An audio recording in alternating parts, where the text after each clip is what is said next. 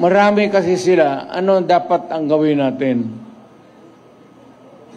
Di, patayin natin yung mga senador ngayon para mabakante.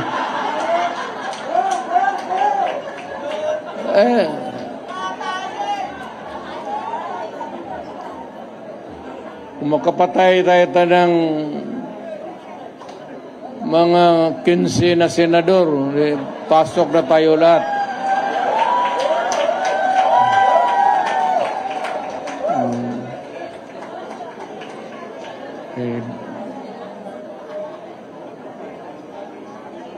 Pero kawawa naman.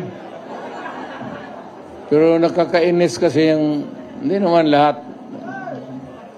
Pero, sabi nga, talking of opportunities, the only way to do it is to pasabugin na lang natin yung ano.